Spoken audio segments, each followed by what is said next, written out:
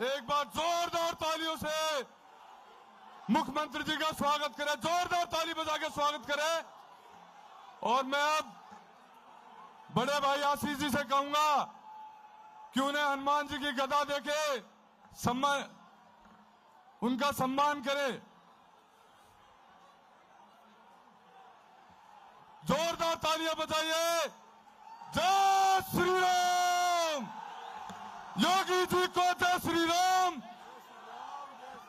योगी जी को जय श्री राम। योगी जी को जय श्री राम। मैं आशीष जी से कहूंगा कि वो आए और दो शब्द कहें। श्री आशीष सूद जी। बोलो भारत माता की, भारत माता की। मैं आप सभी जनकपुरी निवासियों की ओर से, जनकपुरी के मेरे परिवारजनों की ओर से इस मंच पर, इस भव्य, इस इतनी बड़ी ऑडियंस के सामने आदरणीय योगी आदित्यनाथ जी, लोकप्रिय मुख्यमंत्री उत्तर प्रदेश को करबद्ध प्रणाम करके आप सभी की ओर से उनका स्वागत करता हूं।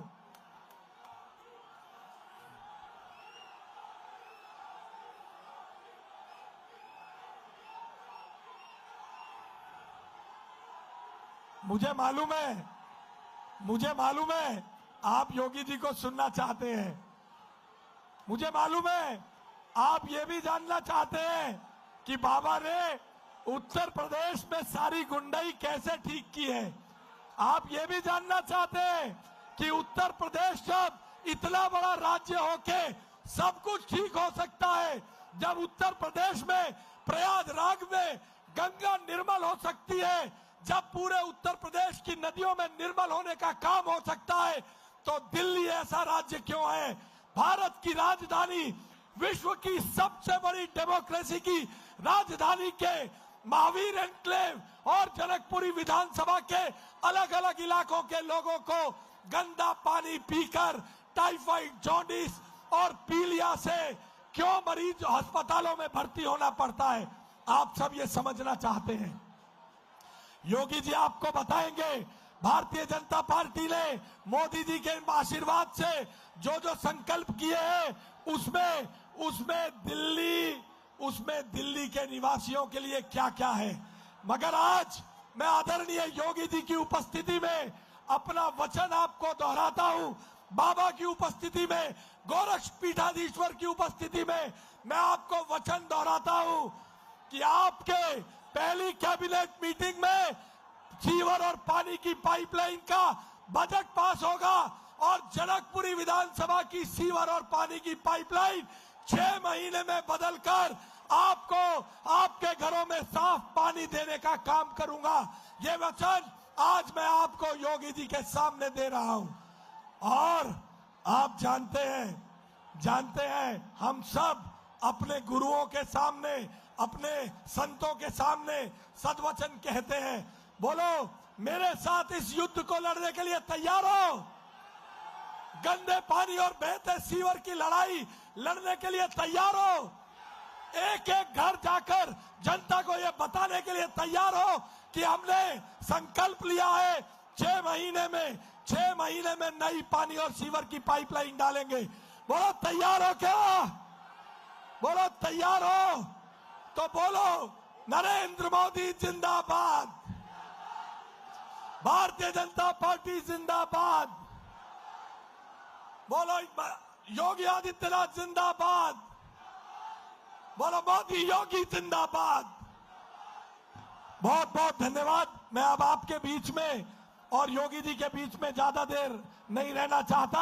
अपनी बात अब सड़कों पे चलेगी। बहुत बहुत धन्यवाद, बहुत बहुत धन्यवाद।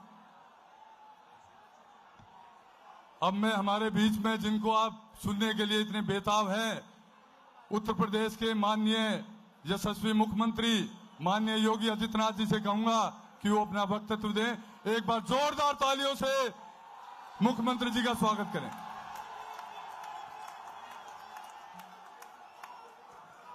भारत माता की, भारत माता की।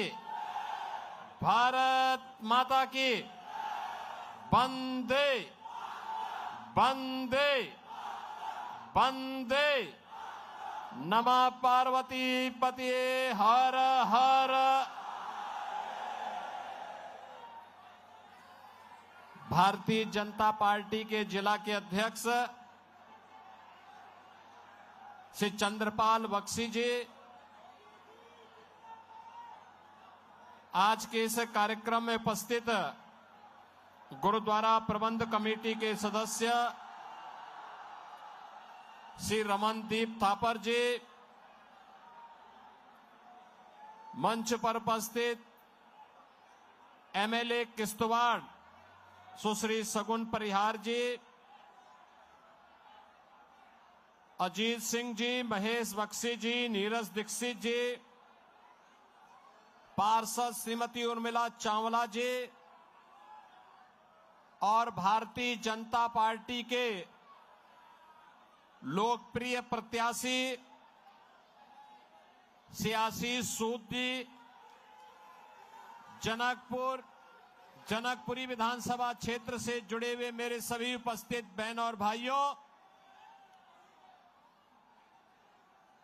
मैं कल सायंकाल ही महाकुंभ की भूमि प्रयागराज से लखनऊ वापस आया हूं। बहनों और भाइयों, 10 दिन में, मात्र 10 दिन में 10 करोड़ श्रद्धालु प्रयागराज में मां गंगा या मां यमुना और मां सरस्वती की त्रिवेणी के संगम में पावन स्नान के पुण्य के भागीदार बने हैं।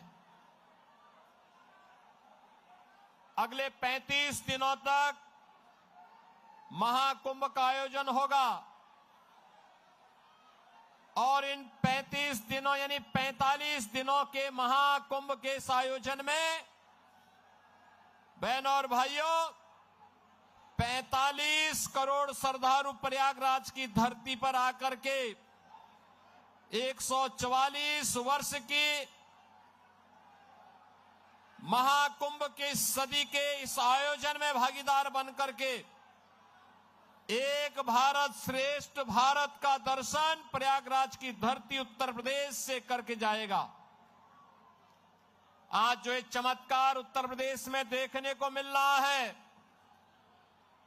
इस चमत्कार के शिल्पी हैं भारत के यशस्वी प्रधानमंत्री श्री नरेंद्र मोदी जी। उनका नेतृत्व और उनका मार्गदर्शन उत्तर प्रदेश की विरासत को एक नई ऊंचाई तक पहुंचाने का काम कर रहा है। और बहनों और भाइयों, आज मैं आप सब दिल्ली वासियों से यही अपील करने के लिए आया हूं। मैं आज दोपहर के बाद से दिल्ली के अंदर कई विधानसभा क्षेत्रों में प्रचार की दृष्टि से आया हूं, लेकिन मुझे कहते हुए दुख हो रहा है, जिस दिल्ली का इतिहास 5000 वर्षों से अधिक समय का है, जो दिल्ली देश की राष्ट्रीय राजधानी है, जो दिल्ली 5000 वर्ष पहले अपने वैभव के लिए इटलाती थी, आज वहां पर पिछले 10 वर्ष के अंदर उस दिल्ली को यहां पर आम आदमी पार्टी की केजरीवाल के नेतृत्व की सरकार ने नरक बना दिया है, नारकीय बना दिया है। मैं देख करके भौचक था। मैं गाजियाबाद से बाई रोड दिल्ली में प्रवेश किया और बहनों और भाइयों, जैसे दिल्ली में प्रवेश किया, हाईवे को छोड़ करके साइड के मार्गों पर जैसे जाने का हुआ, मेरा वास्ता गड्ढों से पड़ा, सड़कों पर बहते हुए सीवर से पड़ा, गंदगी के ढेर से हुआ, बदबूदार सड़कों से हुआ और तंगहाल गलियों के साथ सामना करते करते मुझे जनकपुरी तक आने पे इतना समय हो पाया। अन्यथा बहनों और भाइयों, मैं 1 घंटे पहले ही आपके बीच में यहां पर पहुंच चुका होता। यानी पिछले 10 वर्ष के अंदर राष्ट्रीय राजधानी के अंदर निवास करने वाले 3 करोड़ लोगों को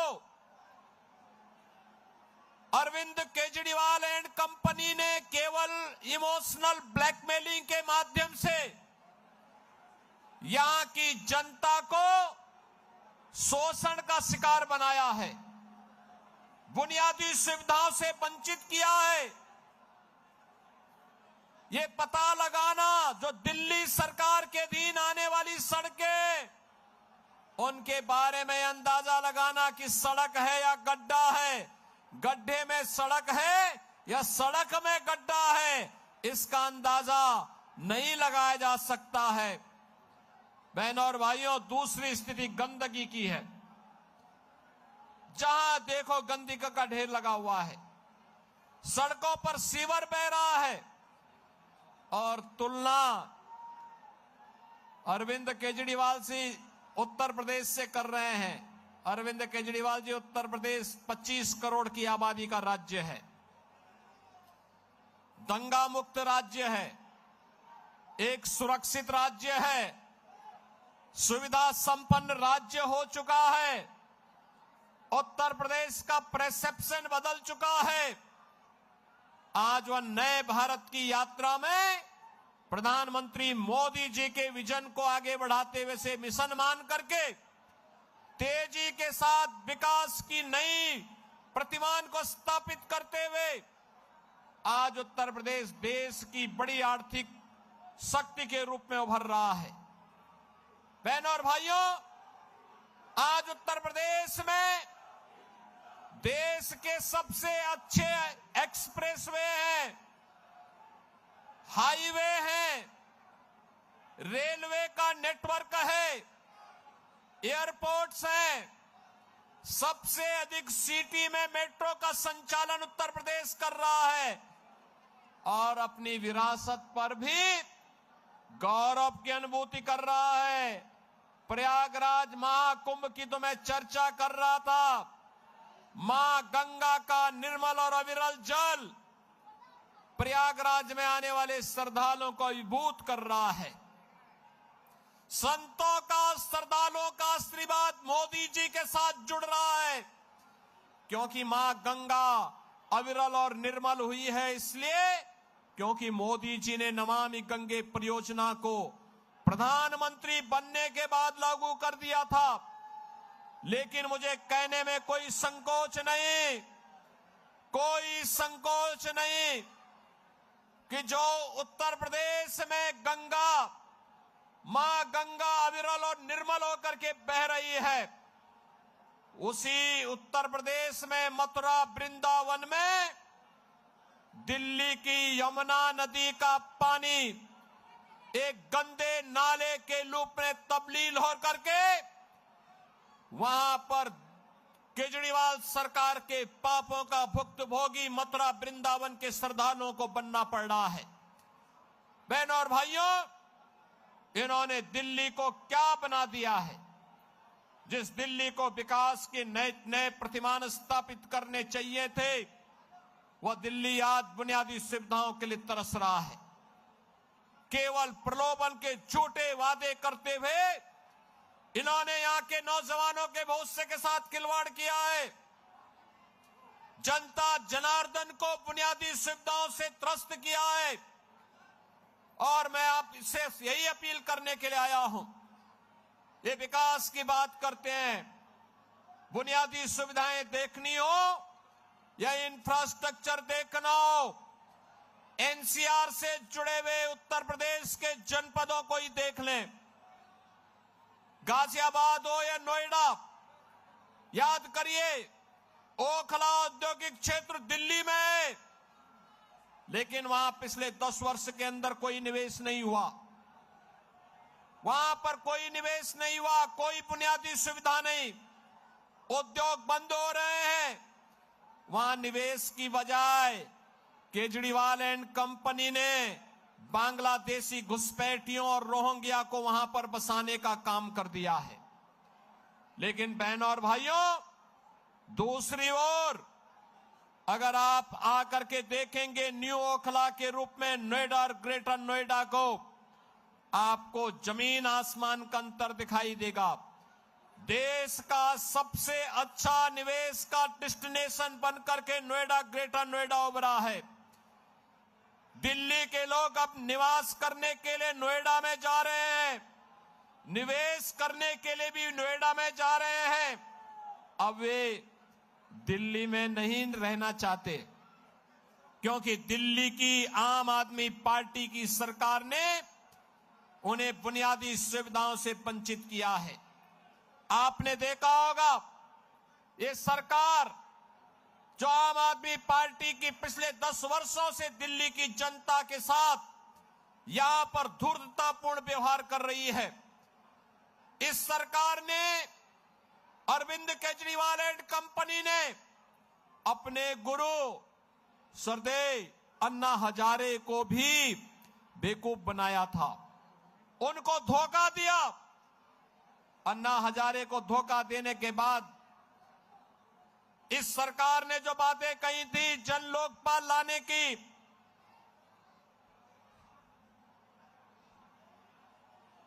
जिन्होंने कहा था कि सिटीजन चार्टर लागू करेंगे, दिल्ली की जनता को बुनियादी सुविधाओं से आच्छादित करेंगे, कहां गया जन लोकपाल? कहां गया जन लोकपाल? मैं पूछना चाहता हूं इनसे, इनके कैबिनेट के 1 दर्जन से अधिक मंत्रियों पर भ्रष्टाचार के आरोप लगे हैं। केजरीवाल के साथ कई मंत्रियों को जेल की सलाखों के अंदर बंद होना पड़ा। और यही नहीं, इन्होंने कहा था लोकसभा चुनाव के समय इन्होंने कहा था कि जनता जनार्दन तय करेगी, मैं जनता की अदालत में हूं। और उस समय इन्होंने कहा था कि जनता तय करेगी कि मुझे इस्तीफा देना है कि नहीं देना है।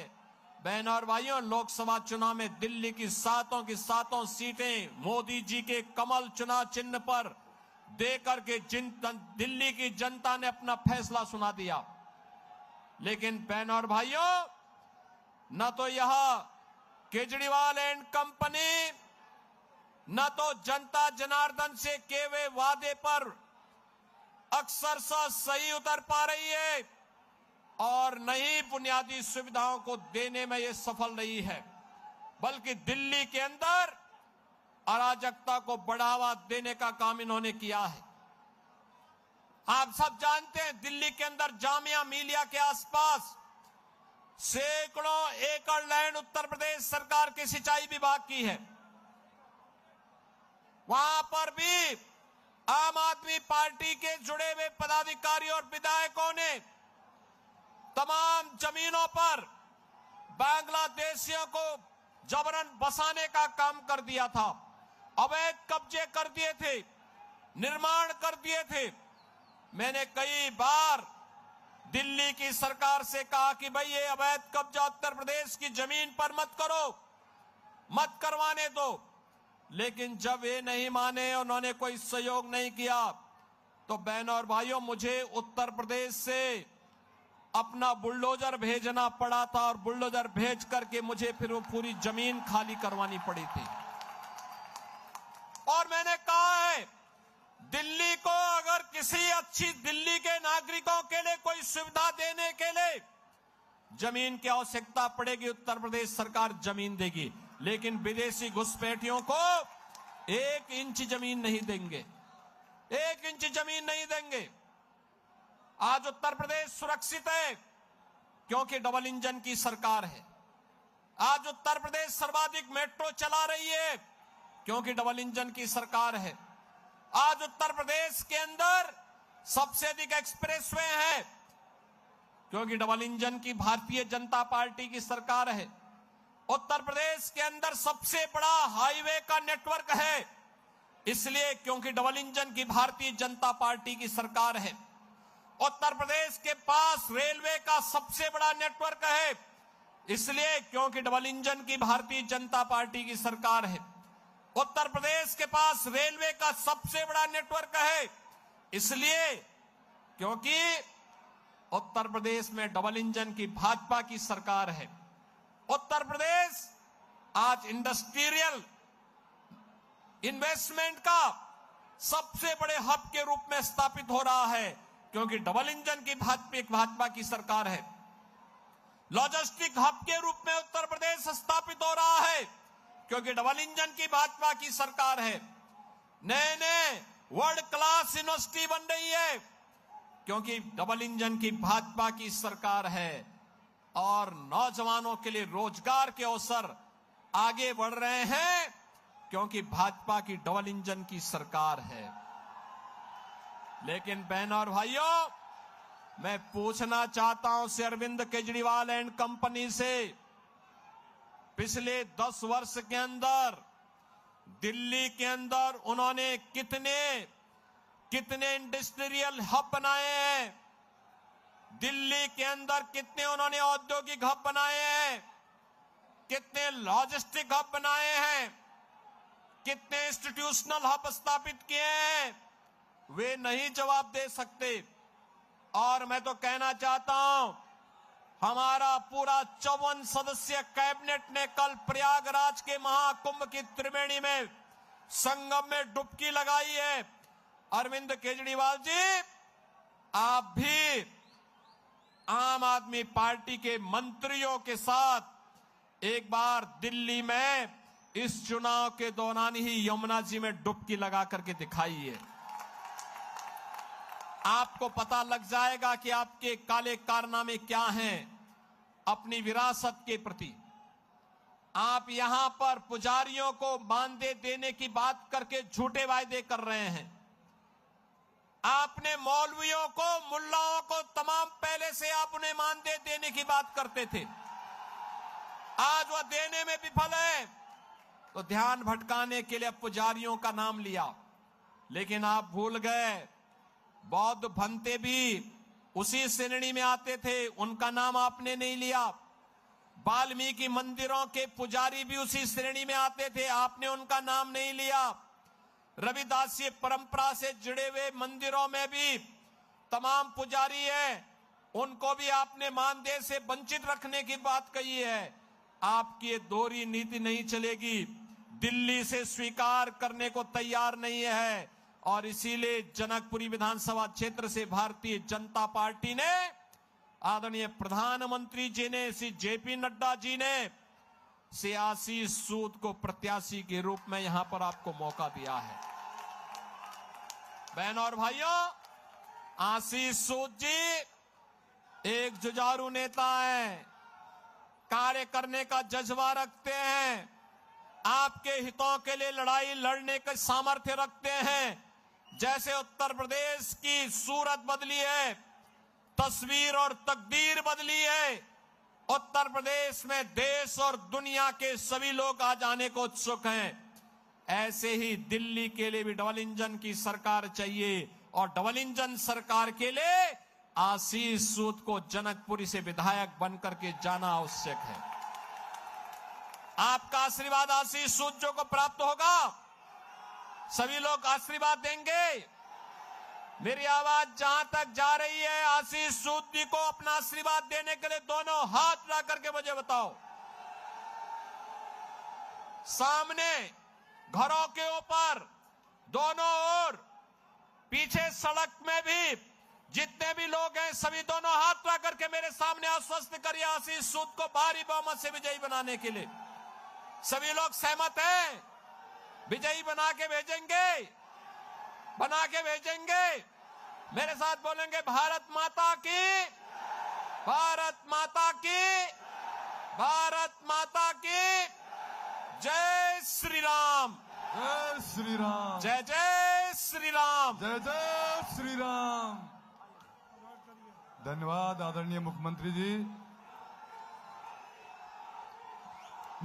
योगी जी को जय श्री राम, योगी जी को जय श्री राम, योगी जी को जय श्री राम, जय श्री राम, जय जय श्री राम, जय जय श्री राम, जय जय श्री राम। भाई आशीष सूद जिंदाबाद, भाई आशीष सूद